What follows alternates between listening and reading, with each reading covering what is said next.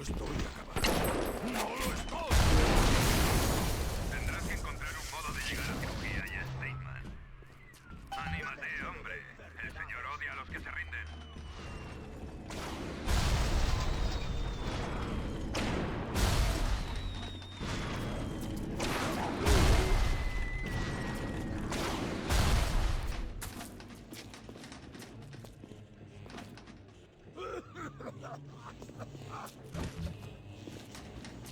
¡Escóndete! ¡Lo estás infectando todo!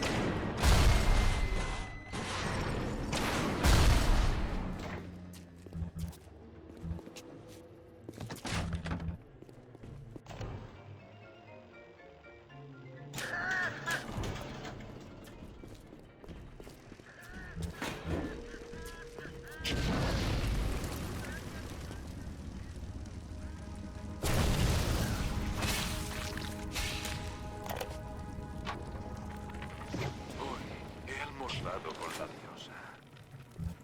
Steinman dijo: he venido a liberarte de la tiranía de la banalidad.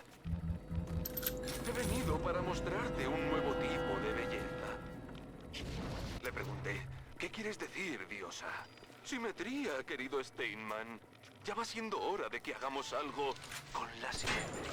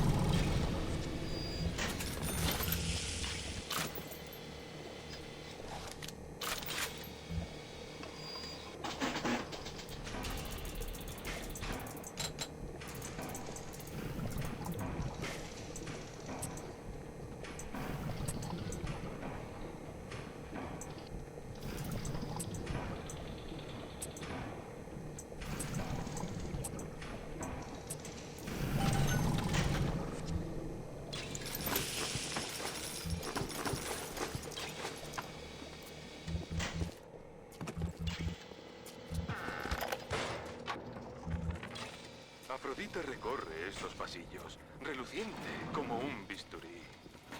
Steinman me llama. Steinman, tengo lo que andas buscando. No tienes más que abrir los ojos. Y cuando la veo, me corta en un millar de hermosos trozos.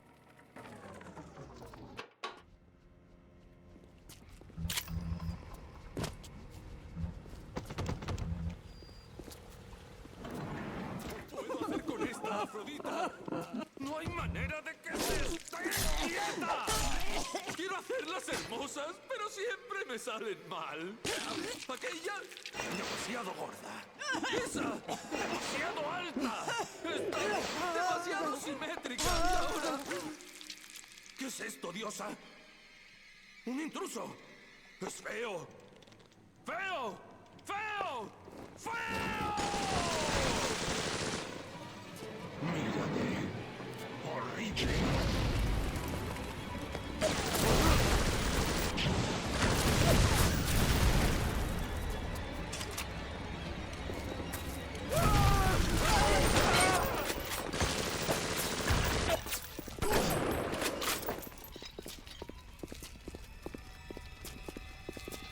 ¡Deja de acosarme!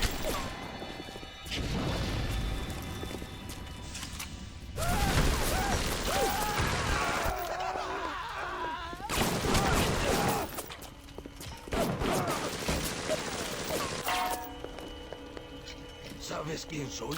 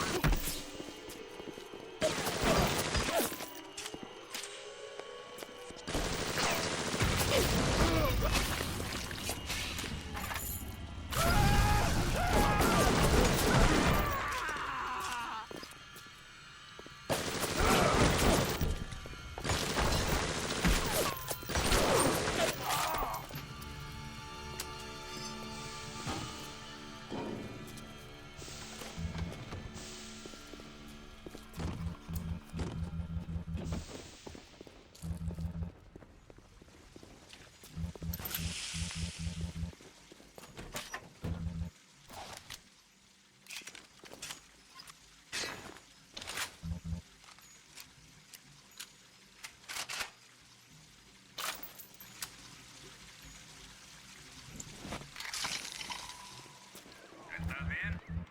Ya era hora de que alguien se encargara de ese cabrón enfermo. No olvides coger la llave de Stateman y vuelve al acceso de emergencia. Yo por mi parte me estoy dirigiendo a la parte posterior de Port Neptune. Llegaremos pronto.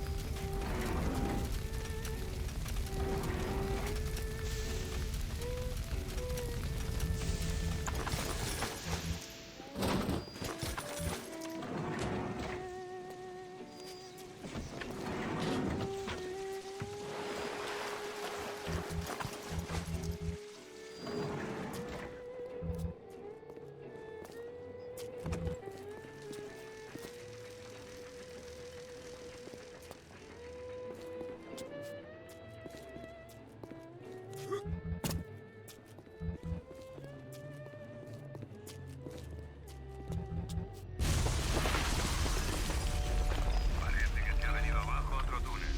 Bienvenido, Raptor. El montón de chatarra que más rápido crece del mundo.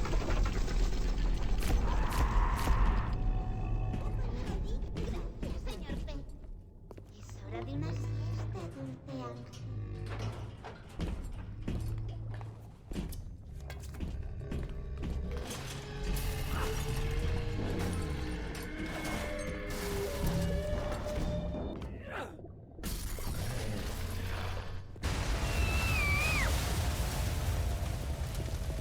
Es una pequeña. Es tu oportunidad de conseguir algo de Adam.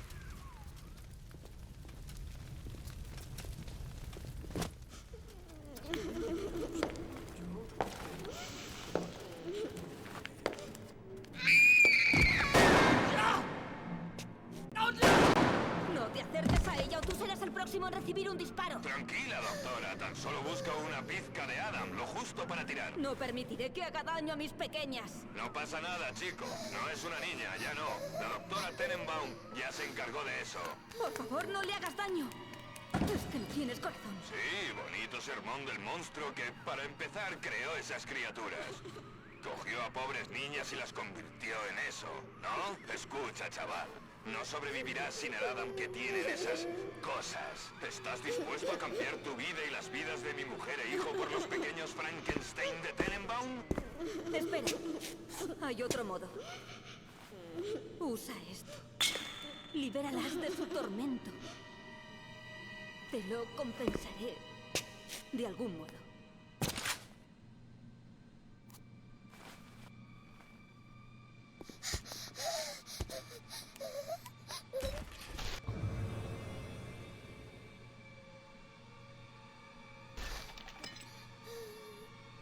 No, no, no, no.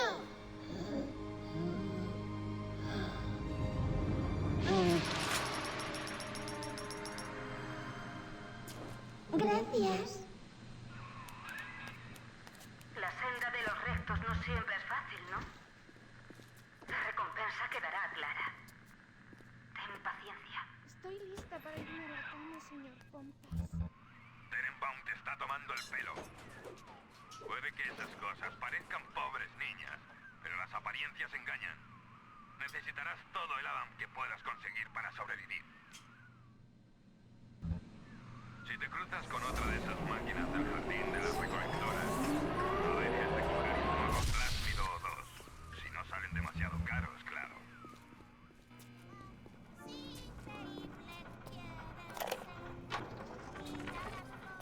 Esas niñitas no solamente son auténticas fábricas de Adam, sino que son casi indestructibles. Regeneran la carne herida con versiones madre de las células muertas. Pero su relación con las babosas implantadas es simbiótica. Si les arrancas la babosa, el huésped morirá. Como verás, no es exactamente como matar, dijo Tenenbaum. Es más bien como desconectar el soporte vital a un paciente terminal.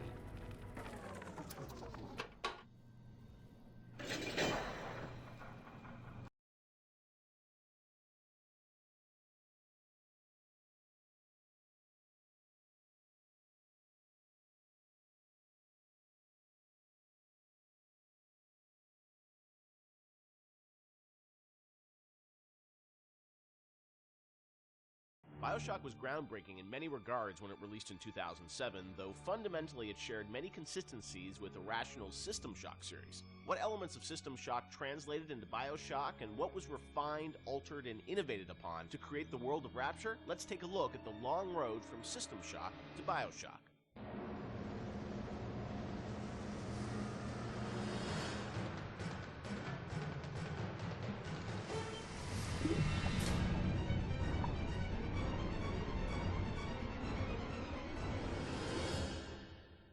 Everyone knows where the game ended up, but I think fans would be interested to learn where this game or the idea of doing this game started. And I think, you know, folks know System Shock and the legacy of that game, huge fan base. Did it start as a System Shock game initially? No, I mean, because Okay. we didn't have the Rights? rights to that, Yeah. right? We kind of felt that there was more game design to mine there. You know, that it was sort of, we did that one game, and it was sort of the first game that really combined shooting and RPG. And it was a very small budget. You know, it was a very small team, and it was the first game we had ever done. So we got pretty lucky, I think, in terms of how well it came out. But but the odds were sort of stacked against it. And the team, was really enthusiastic about doing a game like that. And time had evolved, and the team was much more. We had done a bunch of games together, and we had a stable technology base, and we were like, okay, well, which System Shock 2 was not. I mean, that engine, no game had ever shipped on that engine. It was a very crude piece of technology. Most of us had never shipped a game at the time. So like, well, what if we had a stable technology base, and we had a team that was more experienced and more seasoned, and we had, an actual, like our director, and which we didn't really have on System Shock 2. what could we do? And so I think there was a lot of enthusiasm in the team to really try to do a more mature version of that kind of game.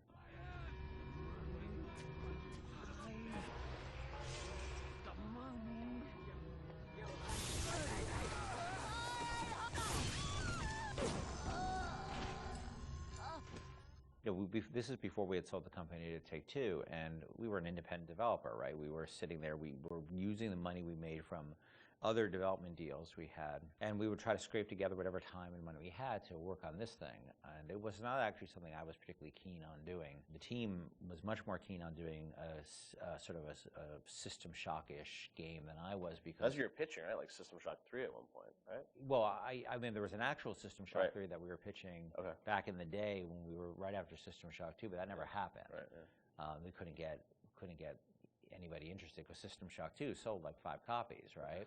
And so as the business guy, the guy who had to not only just sort of write the content, but the guy who had to go out and get the deals and pay everybody, I wasn't particularly excited about doing this because it was very disappointing when we did System Shock 2 and nobody bought it. It got great reviews. It got these insane reviews, but it left us in a place where it didn't really move the needle for us in terms of making payroll. So I wasn't super excited about it because I didn't see a publisher be interested in it, and I didn't see the audience actually be particularly interested in this kind of game. And it was really the team who convinced me to invest in this because they're enthusiastic. I think a lot of them came to the studio because of System Shock 2. And so finally they sort of battered me down. And it's good they did, because I was not the first fan of doing this. And I know initially there was something called the Serene Dawn. That was a spaceship? Or what was that? No, that was the name of a cult, right? Oh, yeah. That's right. Okay. That one's, I think, been lost to the... If I remember correctly, Serene Dawn was a cult. You were playing as a deprogrammer that was infiltrating the cult, and your name happened to be Carlos Coelho, who was one of our programmers at the time. It's named after him, yeah. Then there was a story notion that I always really found interesting, which was that you have these cults, and you have sometimes people who they're these sort of characters who are really live on the edge of the gray morality, which is these guys who come in and essentially kidnap people out of these cults or rescue them, depending on how you look at it. Because what it really is, from a functional standpoint, it's a kidnapping, right? You're coming to an adult and you're saying, you're hired by their parents or whoever. And this was in the story, it was like a senator whose daughter joined one of these religious movements called the Serene Dawn, you said? Yeah, Serene Dawn. And I always thought that was a really interesting tension of this hero who's basically a kidnapper and taking a young woman against her will out of the place that she was in. Now, you could also make the other argument that, well, she was not really there by her will. But there's a really interesting conversation that goes on there. I think there was actually a Kate Winslet movie, a Harvey Keitel, Kate Winslet movie, which dealt with a similar theme. Because usually you hear that story, these deprogrammers as a sort of heroic kind of notion. But I always thought that, well, there's something interesting about agency going on there, and about are people entitled to make bad mistakes, or is it a bad mistake? It all depends on the person. And I'm not a fan of religious cults or religion in general, but there seemed to be an interesting discussion of freedom there and independent decision making. And I thought that idea was cool, and that was sort of the basis of it for a while. But it was really mostly for the purpose of we needed something to go out and pitch to publishers, and so we didn't have a ton of time to really develop it. So that sounded like, all right, this will do for now. And was that pre-Underwater City? I mean, this was just like an idea for a story. We may have stepped away from that to do the cult thing, but then we went back to the underwater. No, we had that one room, remember? We had the one World War II room with the roaches on the ground and like these weird test tube things that you could walk around. I don't know where that fell. It could have been underwater. There was no windows. The thing is, we were a small business, right? And we were trying to figure out a way to sell this thing with spending the least amount of money, because we didn't have any money. We didn't have a pot to piss in. So we would do this demo. That was one room basically, just to show. And I'd write up a document, and we'd take it around. I'd fly around the country, be like, "Here's our room." It was a different time, And we had just come off of SWAT 4. One of the advantages we had is that we were so familiar with that engine at that point that we could really start cranking through, small rooms and lighting and making things look good. So I took it on the road to sell it to somebody, and nobody cared. We'd go to a publisher, and look, they have to make money, right? And we'd say, we say, oh, it's sort of a spiritual successor to System Shock 2, and they'd be like, well, how did that sell? And I'd be like, my mom likes it, you know. Yeah. And they would be like, well, we can't, you know. And usually we'd be talking to a fan. A lot of executives, like sort of junior executives, were fans of System Shock, and they go to their boss and they'd be super excited, and their boss would open up, you know, their Excel spreadsheet and be like, no, we can't do this. And I think the pitch probably evolved as we kept trying different permutations trying to sell, but we're also out there trying to sell like 2 or 3 other things at the time. We had a pitch for a game called Monster Island, and well, our SWAT 5 pitch was Zombie SWAT. Yeah, we had just come off of SWAT 4, which is like hardcore tactical, and we decided they wanted us to do another SWAT, and we didn't really want to do another hardcore tactical game, so we're like, what if we added zombies to SWAT? Like, and this you're a is SWAT team that fights zombies and werewolves. That sounds awesome. And it was like, no, it doesn't. And this is before, We're not gonna before do that. zombies were a thing. Yeah.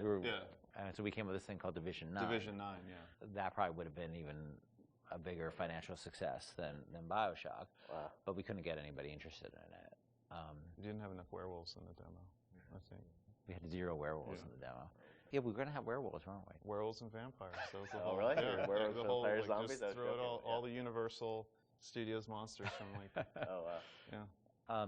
So what happened was we couldn't sell it, but we were always sort of independent-minded. And so I said, well, what if we sort of did this in reverse? Instead of getting a publisher first and then doing a press tour on it, what if we sort of did the press first? Yeah. And we called up a guy, Andrew Park, who's at GameSpot at the time, who was a fan of System Shock 2 and a great guy. And I said, well, will you come out and look at this thing we're doing and write a story on it? And he was like, sure. And Andrew flew out, and we showed him what we had, which is this very, very rudimentary thing about an underwater base. And he wrote up an article and sort of featured it as like, this is the spiritual successor to System Shock 2. And the next day, the phone started ringing from publishers who now all of a sudden saw the article was getting all this pickup and all these comments, and people were excited. And that really, I think, put it over the top in terms of being able to sell it, even though it was not BioShock at that point. It was called BioShock, but it was not BioShock. There would have been I don't think there would have been a game. We never would have sold it without Andrew coming out doing that. My belly's full of angel's blood.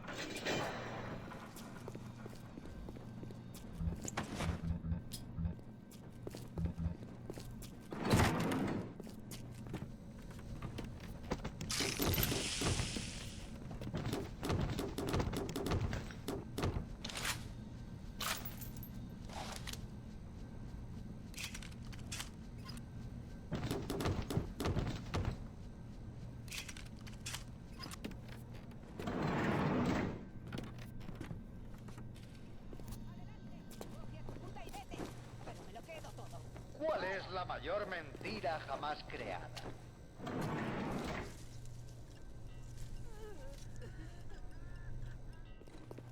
¿La esclavitud?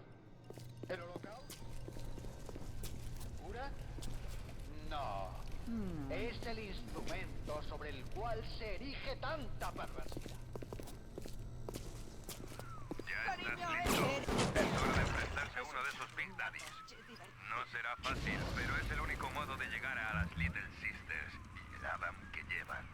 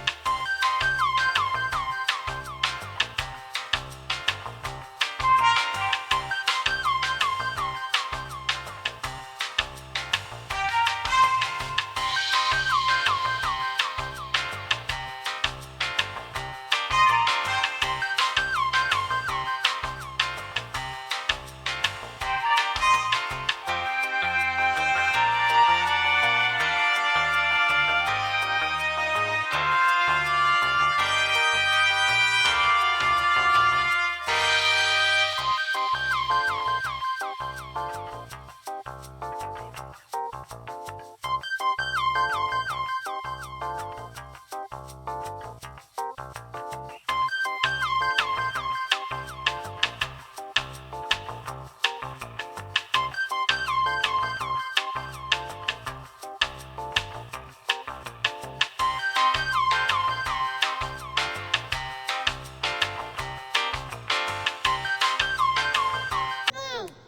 no, no.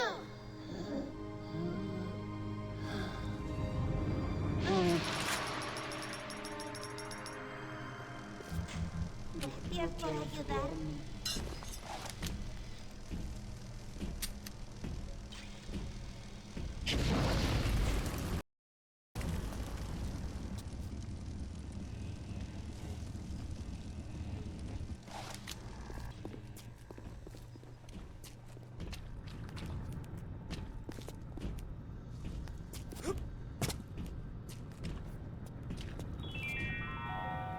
Recordatorio de Raptor. El fondo del océano es nuestro hogar, pero también puede ser un lugar peligroso. Cualquier gotera es mala. Informa inmediatamente de cualquier charco de agua que no tenga explicación.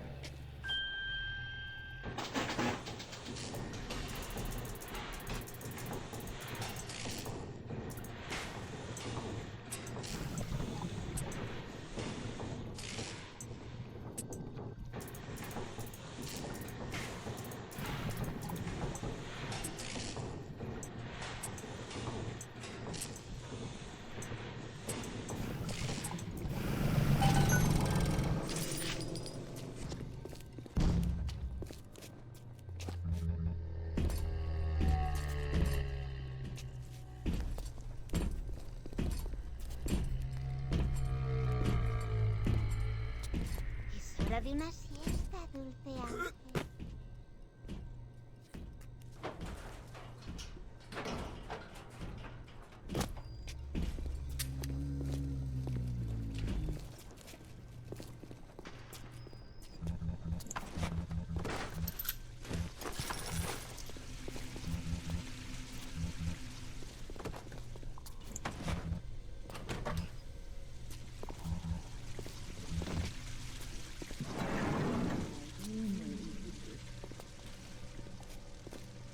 ¿Has llegado ya al acceso de emergencia? Crúzalo en cuanto llegues. Ahora Ryan te vigila. No lo verás venir, pero estará allí antes de que te des cuenta.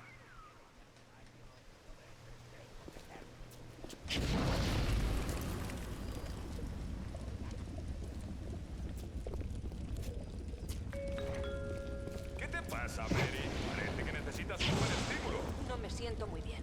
Estoy mareada, tengo náuseas y a veces incluso veo cosas. La depre de los plásmidos, Mary. Poco con las recombinaciones. Antes de que te des cuenta, estarás como no.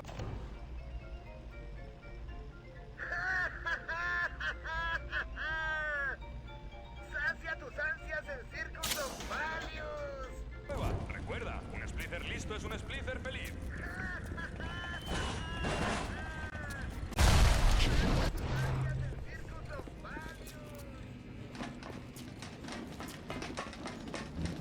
Voy a tener que abrirte. He prometido no hacer daño.